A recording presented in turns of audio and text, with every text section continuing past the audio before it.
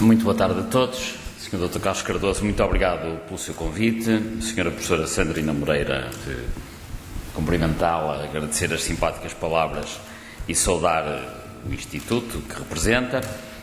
Saudar os meus colegas de mesa que já são velhos conhecidos e que te venho acompanhando e que muito admiro também.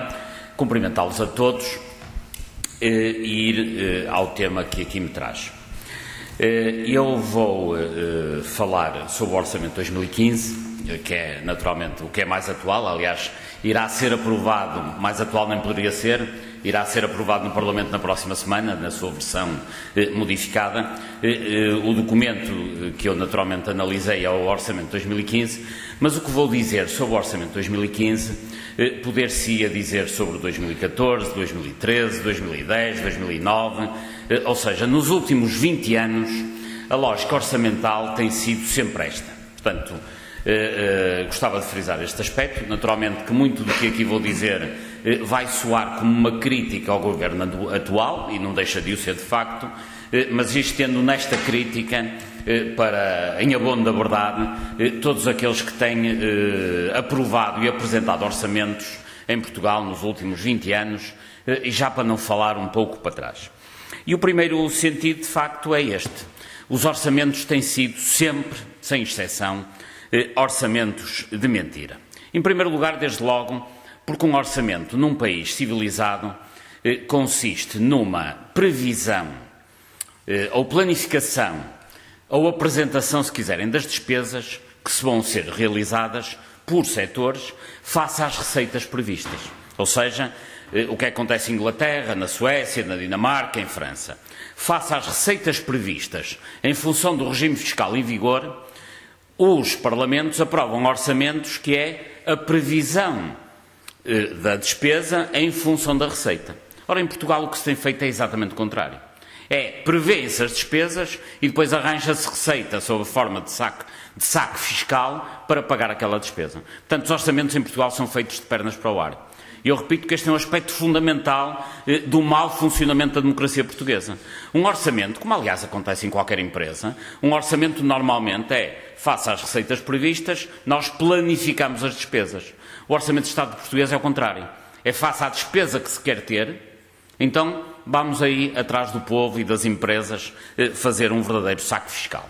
Ainda por cima é um saque fiscal, tem sido sempre assim, que não é verdadeiramente sério, porque não há orçamento que se perceba. Só uma coisa que se percebe no orçamento. O Orçamento de Estado tem sido o principal instrumento de transferência de recursos do povo para um conjunto de grupos económicos. Ou seja, o principal instrumento de corrupção em Portugal nos últimos 20 anos, e incluo aqui, portanto, os governos das várias maiorias e das várias tendências, tem sido o principal mecanismo de corrupção no sentido de transferência de recursos da população para um conjunto de grupos económicos, é o Orçamento de Estado. A primeira nota do orçamento, e vou começar a falar das despesas, porque é assim que ele é, digamos, implementado, é a completa ocultação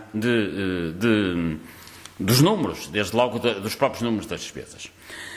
Há 500, isto é uma notícia da semana passada, de há poucos dias, há 521 milhões de euros por explicar no orçamento, diz o Conselho das Finanças Públicas. Ou seja, a estrutura que em Portugal mais informação tem sobre o Orçamento de Estado, até essa estrutura não consegue identificar 521 milhões de euros de despesa. É claro que há muito mais que já falarei a seguir. Mas mesmo, e eu gostava de frisar este aspecto, ou seja, aqueles que mais sabem sobre a despesa do orçamento não conseguem explicar 521 milhões. E o que é que são 521 milhões? É mais do que tem, por exemplo, o orçamento de todo o setor da justiça. Ou seja, há um saco azul que representa mais do que representa o setor da justiça. Mas depois, apesar de tudo, há aquilo que se consegue compreender. A primeira das despesas, que é o pagamento de juros, que é, enfim, uma matéria profusamente falada e abordada e que é o que está aqui. Portanto, o pagamento de juros tem representado, o que tem no topo é a representação face à dimensão do PIB, mas de facto estamos a falar da ordem dos 8 mil milhões de euros. Um Estado da dimensão de português, Pagar cerca de 8 mil milhões de euros em juros por ano é uma aberração sob o ponto de vista contabilístico. Não é sob o ponto de vista moral, porque aí também é, naturalmente, mas eu nem quero entrar nessa matéria. Desde logo porque a maioria diz-se normalmente que Portugal tem que pagar estes juros, porque senão não seria um país cumpridor. Isso também é uma mentira. É mais uma mentira, porque face à dívida há 4 tipos de países. Há aqueles que não têm problemas de dívida, portanto, a Noruega não tem problemas de dívida pública. Esse assunto na Noruega não se discute na opinião pública. Depois há outros países, do outro lado, como a Somália, que também não pagam a dívida pública. Portanto, há aqueles que não têm problema de dívida porque não têm dívida. Há aqueles que não pagam a dívida porque não lhes passa pela cabeça se quer pagar a dívida. E depois, no meio, há 2 tipos de países. Os cumpridores e os incumpridores. Os cumpridores não são os países que pagam de forma acrítica a dívida pública. Os cumpridores são aqueles que pagam de forma sustentada a dívida pública. Porque é evidente que um país como Portugal, que paga juros desta dimensão, alguma coisa está descompensada. E isto é uma opinião que poderíamos ter. Mas o que é facto é que, se compararmos com os países cumpridores, os rácios face ao PIB são o dobro dos outros países. Aquele 4,9 que aparece ali no canto esquerdo, no canto direito, peço desculpa, nos países que cumprem os pagamentos adequados da dívida pública, normalmente são rácios da ordem dos 2,5%, 3% do PIB. Da mesma maneira, obviamente, pensem até numa economia familiar. Se eu ganhar 2.000 euros por mês e pagar de renda de casa 1.700, não sou, obviamente, um devedor cumpridor.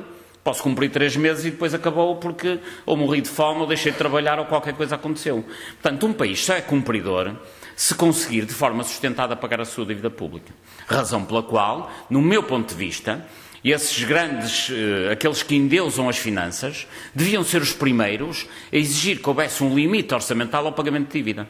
Não digo que isso viesse para a Constituição, mas o que é facto é que eu acho que devia haver um limite, em termos orçamentais, máximo ao pagamento de dívida. Porque pagar 8 mil milhões de euros de juros, quando se gasta em educação 7 mil milhões, portanto, paga-se muito mais em juros, ou aproximadamente mais em juros, do que em educação, digamos, é liquidar um país, é liquidar uma economia, e é insustentável sob o ponto de vista do pagamento da própria dívida. Portanto, sob o ponto de vista orçamental e contabilístico, isto é um disparate. Mas, além disso, há aqui uma perversão democrática. Porque se nós, uma das principais despesas do orçamento é pagar juros de dívida que o Estado gastou há 10 anos, quer dizer que quem está a pagar estes juros está a fazer a política do engenheiro Sócrates. Estar a pagar dívidas hoje de contratos contratados, passa a redundância, há 6, 7, 8 anos, para fazer obras que foram feitas no tempo do engenheiro Sócrates, é, no fundo, estar a fazer a política dele, que ainda por cima já perdeu as eleições. Aliás, este não é um problema só na administração central, isto é um problema que existe em qualquer autarquia do país que esteja muito endividada, e são a maioria, como sabemos.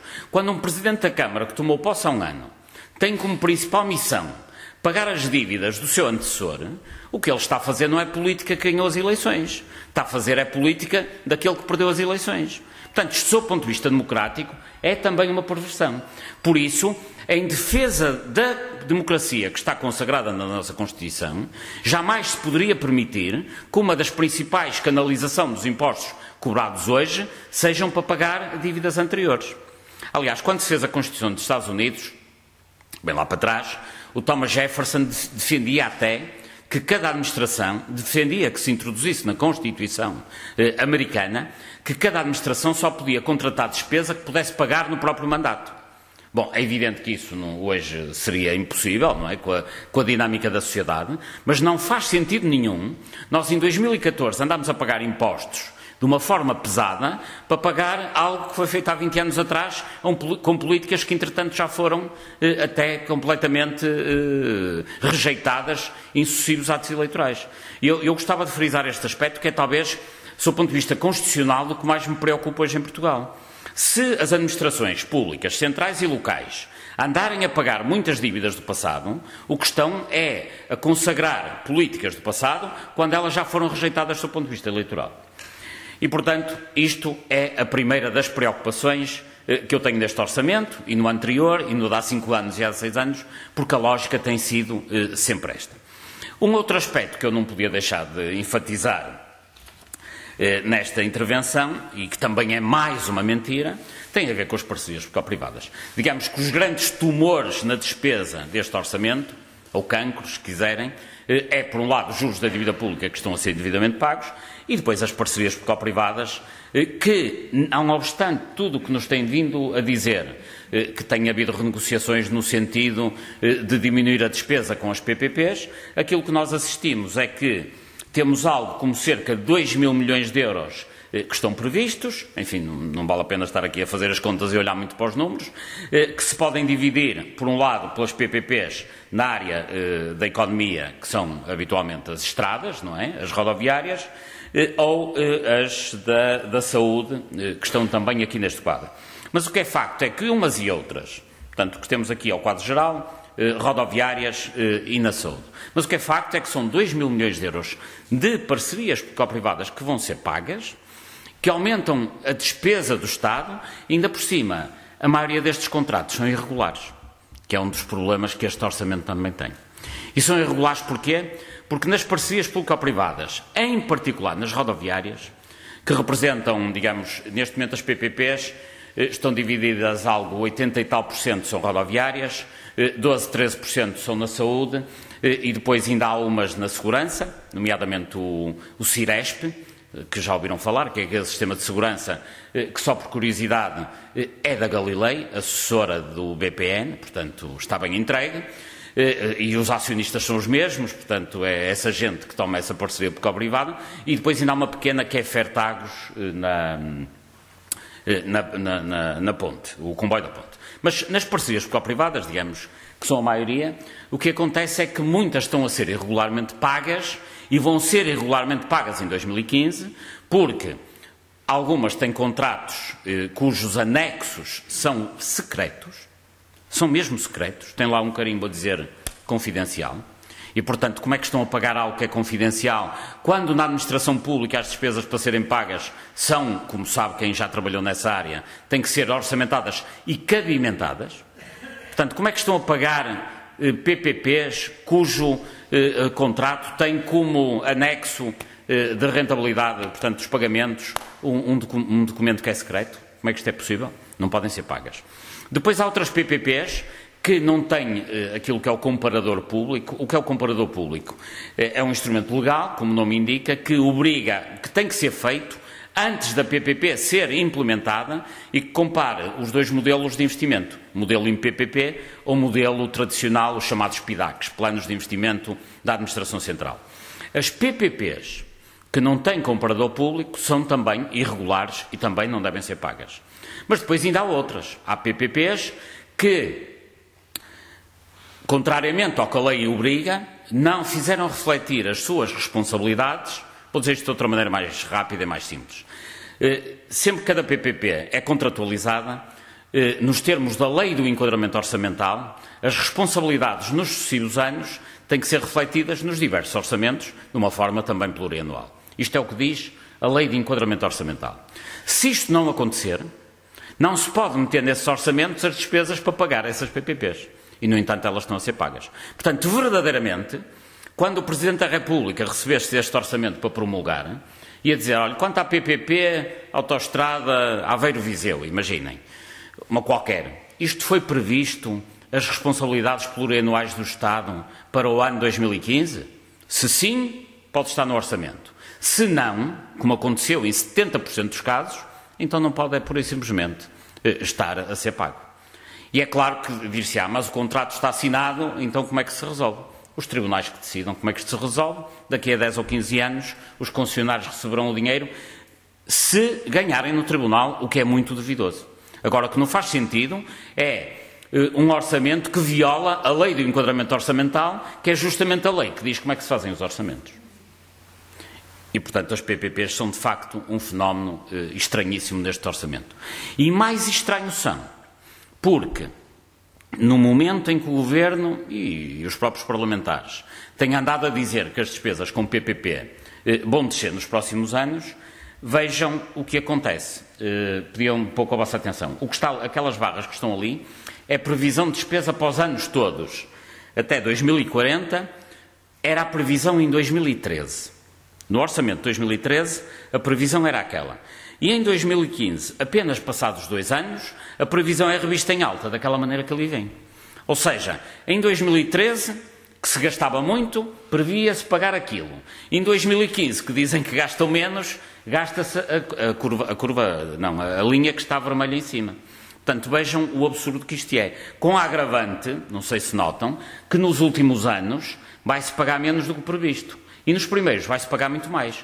O que quer dizer que este Parlamento, ao aprovar o orçamento na próxima semana, o que está é a antecipar pagamentos de PPPs relativamente a 2037, 2038. Ou seja, já Portugal não está com problemas que chega, já não andamos em crise que chega, ainda vamos pagar por conta de 2038 parcerias público-privadas rodoviárias. Como é que isto acontece? É inconcebível. Isto que está aqui é inadmissível do meu ponto de vista, quer do ponto de vista democrático, quer do ponto de vista contabilístico, quer do ponto de vista orçamental, quer do ponto de vista da racionalidade. Que razão é que leva um país, um Estado, que tem o povo a pagar sobretaxa de IRS de 3,5%? Os problemas que todos temos ainda se lembram agora de antecipar pagamentos nas parcerias público-privadas. Atenção que este quadro, fui eu que o fiz, naturalmente, enfim, não está no orçamento, mas é um quadro que resulta dos números que estão no relatório do orçamento que vai ser aprovado na próxima semana. Bom, se juntarmos a isto que as receitas ainda por cima vão descer, porque este quadro diz exatamente o que está em castanho, são as previsões de receita em 2013 e o que está em verde são as previsões de receita em 2015, quer dizer que vamos ter muita mais despesa e menos receita. E se vai haver mais despesa nas PPPs e vai haver menos receita nas portagens, quem é que vai pagar a diferença? O Orçamento de Estado. Com o dinheiro de quem? De todos nós. Portanto, isto é uma vergonha.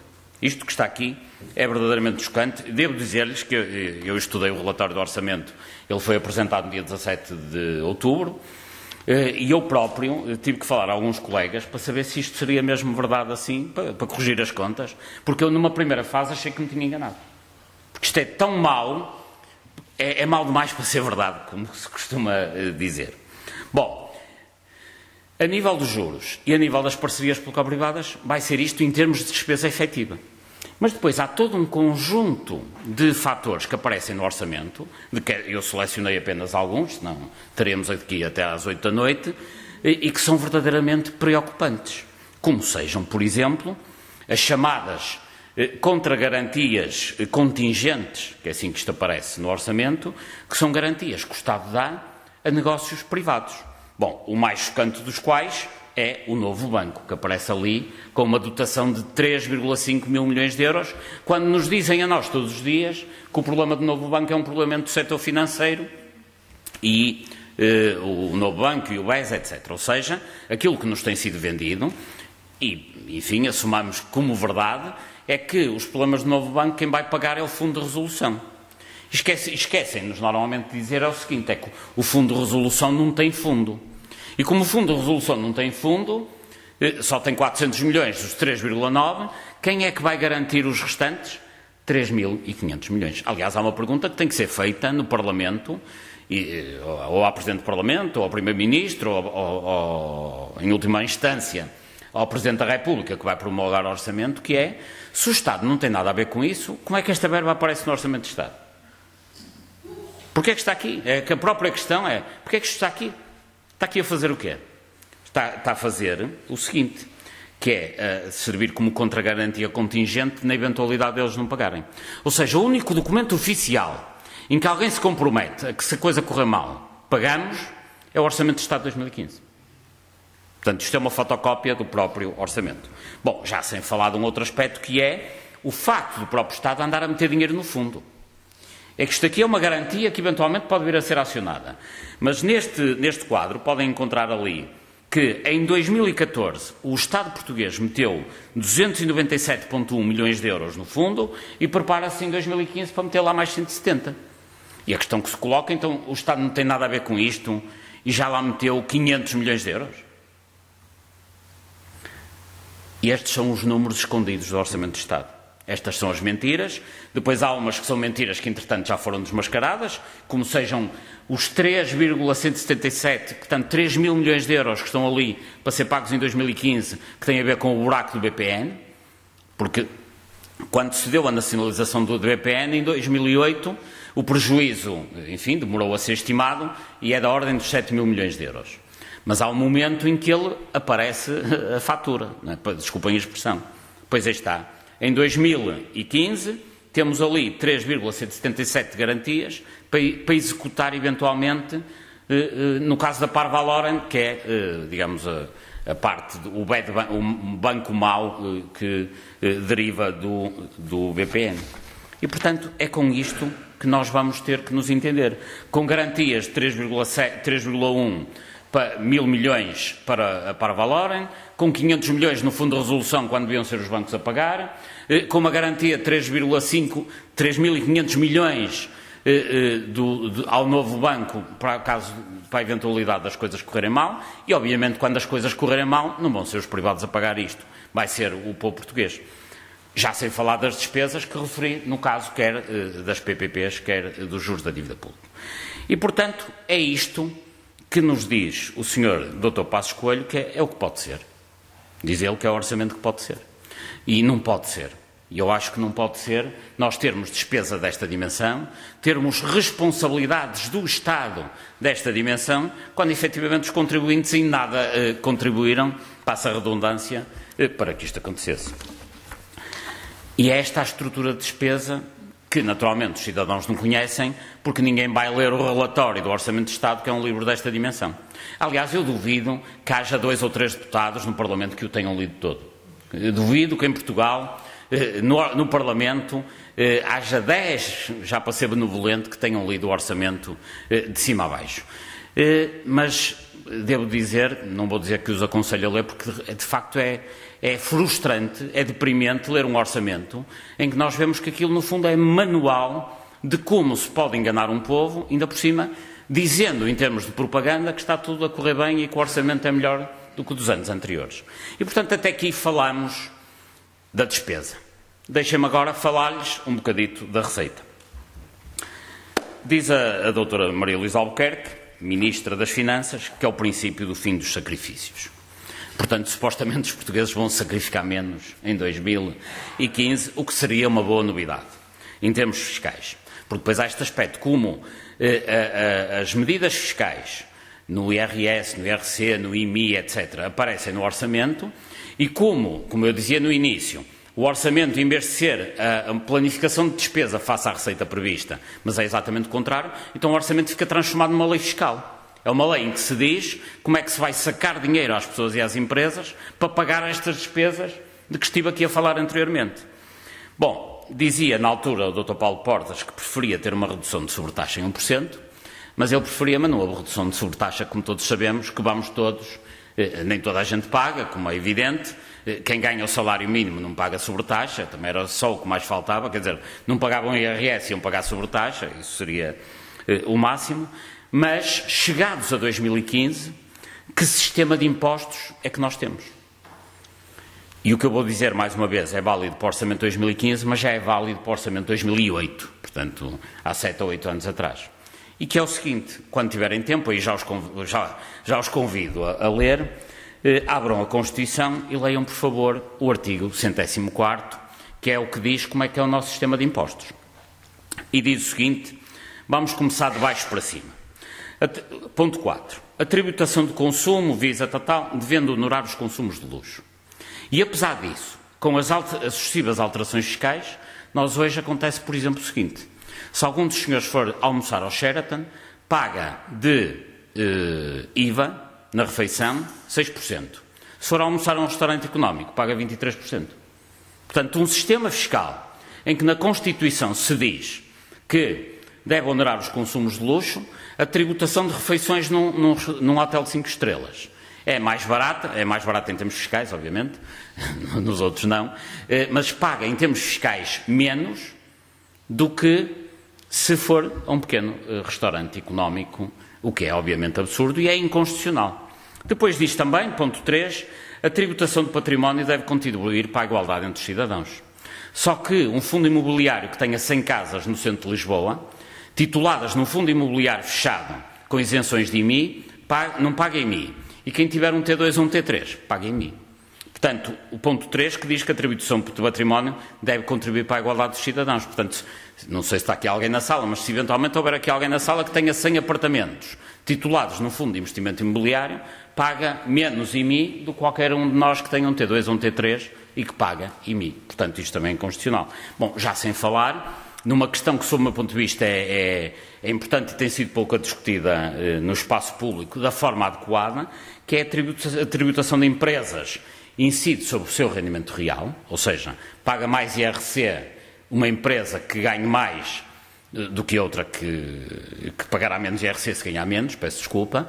Acontece é que se tiverem hoje uma mercearia ao lado do hipermercado Continente, a mercearia paga mais IRC do que o Continente. Porquê? Porque o Continente tem a sua sede fiscal noutro local da Europa, nomeadamente na Holanda, e, portanto, tem tributação de IRC muito mais baixa. Porque eu não acho mal, gostava também de dar essa nota, que as empresas se possam deslocalizar pela Europa. Aliás, esse é um dos princípios da União Europeia. A livre circulação de pessoas, empresas, bens, capitais, serviços. Muito bem, isso está, aliás, no Tratado da União. Agora, o que não faz sentido, ou seja, que uma empresa portuguesa, o Pingo Doce, se deslocalize e vá fazer negócios para a França ou para a Holanda, não tem problema nenhum. O que não faz sentido nenhum é fazer negócio em Portugal e ser tributada na Holanda. Porque as empresas têm que ser tributadas no mesmo contexto fiscal dos seus clientes. Isto é que é correto e justo. Obviamente que a culpa não é destes grupos empresariais. Eles lidam com o sistema que têm. Agora, a legislação não poderia permitir é que alguém exerça a sua atividade em Setúbal e depois vá pagar impostos em Manchester. Isto é que já não faz sentido. Isso em Portugal é possível e não é livremente possível em todos os países da Europa. Portanto, isto tinha que ser mudado. Então, no fundo, chegados a 2015, num regime que tem 40 anos, proveniente e alicerçado numa Constituição que é feita em 76 com um conjunto de alterações, hoje temos um regime fiscal que já é inconstitucional nestes diversos aspectos que eu referi. Porque a tributação das empresas não tem a ver com o seu rendimento, tem a ver com o seu regime fiscal favorecido e, portanto, há uma completa inequidade fiscal, o que é inconstitucional. A tributação de património depende da capacidade que cada um de nós tenha de gerir a forma fiscal como titula o património. Bom, e já sem falar das questões de consumo que, para favorecer o setor A, B, C e D, então o que acontece é que, eventualmente, quem compra um produto de luxo, como seja uma estadia com um fim de semana no Hotel 5 Estrelas, paga menos IVA do que quem vá ali a um pequeno restaurante comer por 3 ou 4 euros. Isto não é, obviamente, admissível. E é este sistema de mentira orçamental, nos diversos componentes, quer ao nível da despesa oculta, quer da despesa que se diz que vai num sentido, efetivamente vai noutro, quer ao nível da própria receita, nomeadamente a questão da tributação, que tem que se acabar de uma vez. É claro que depois há a mentira política recorrente, a que nós temos assistido nos últimos anos, em que, quando o Durão Barroso se candidatou a primeiro-ministro, queria um choque fiscal para baixar os impostos, chegou lá, e bem se recordam, na altura com a doutora Manuela Ferreira Leite, a Ministra das Finanças, depois de ter prometido baixar os impostos, a única coisa que ele soube fazer foi subi-los, o que é obviamente uma perversão da democracia. Aliás, sob o meu ponto de vista, quando alguém se candidata com um programa e chega lá e faz o contrário, tem é que ser demitido, ponto final. Porque a democracia não é uma pessoa dizer o que lhe apetece, tentar enganar a malta toda e chegar lá e voltar a fazer o que lhe apetece. Não, isso não é democracia. Isso é que é demagogia. Normalmente, quando muitas pessoas que andam por aí, eu inclusive, são acusados de ser demagogos, demagogia é uma pessoa enganar e mentir às pessoas nesta dimensão. É o doutor Durão Barroso dizer que vai baixar os impostos e chegar lá e subi-los. E poderão dizer, mas ele não conhecia a realidade. Então, se não conhece a realidade, não se candidata a primeiro-ministro. Quem não tem conhecimento, quem não tem competência, não se candidata, vai fazer outra coisa qualquer, pode saber fazer outras atividades. Agora, quem se candidata tem a obrigação de conhecer minimamente a realidade do país. É claro que Durão Barroso não está sozinho neste pecado. José Sócrates, que hoje é muito falado, como sabem, também na sua campanha eleitoral, portanto isto é uma notícia da época, também queria limitar as deduções fiscais aos ricos, o que nunca fez, nomeadamente ao nível do IMI. Eu lembro que Sócrates, quando se candidatou, prometeu o fim das isenções de IMI para os tais fundos imobiliários fechados da especulação imobiliária, que aliás estão muito associados aos vistos gold, que já foram aliás aqui hoje referidos aqui pela professora Raquel, mas recordam-se que Sócrates também prometeu que iria reduzir a carga fiscal, que não ia aumentar os impostos. Bom, e todos sabemos o que aconteceu a seguir. Bom, evidentemente, o próprio PSD, quando se candidatou, isto é uma notícia da campanha eleitoral de 2011, quando Passos Coelho disse que não precisava de aumentar os impostos, que jamais reduziria os salários da função pública. Bem, mas isso é outra matéria. Mas Passos Coelho, de facto, também nos prometeu que não aumentava os impostos e depois foi o que se viu. Reparem, os últimos 3 primeiros-ministros, bom, abro aqui uma exceção, um parênteses, Pedro Santana Lopes foi primeiro-ministro por pouco tempo, portanto não o meto, digamos, neste grupo, não terá a mesma responsabilidade, não tem seguramente, mas o que é facto é que Durão Barroso prometeu baixar os impostos, aumentou-os. Sócrates disse que não aumentava os impostos, aumentou-os. Passos Coelho disse que não aumentava os impostos, também os aumentou. Ou seja, verdadeiramente, quem tem ganho as eleições em Portugal é quem joga melhor um jogo de sedução para enganar as pessoas e, no fundo, depois é eleito primeiro-ministro. Verdadeiramente, isto já não são eleições democráticas, porque verdadeira fraude eleitoral é um partido ganhar as eleições com um programa e chegar lá a fazer o contrário. Isso é que é uma fraude eleitoral.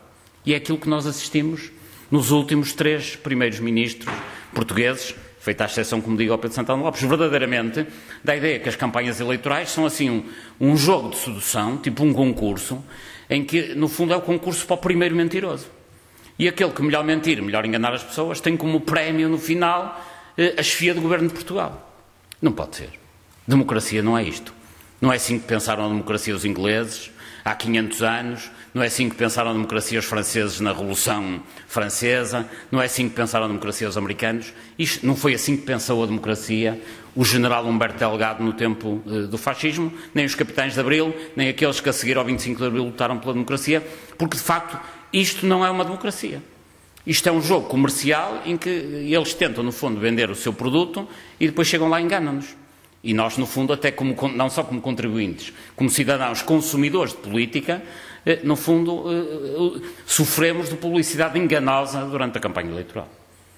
Ainda por cima, com a agravante, nestas questões fiscais, não só somos enganados, como depois não temos saída porque a carga fiscal sempre a aumentar, e jamais desce porque, e aqui acabaria com uma situação do atual Primeiro-Ministro, que tem já 4 anos, dizia ele, e eu também concordo, para nosso mal, que Passos Coelho lembra que quando os impostos aumentam, nunca mais descem. Esse é que tem sido o nosso grande problema. O facto é que quando aumentam, nunca mais descem, ainda por cima, para serem gastos da forma vil como tem sido gasto o dinheiro dos portugueses através do Orçamento de Estado. Muito obrigado.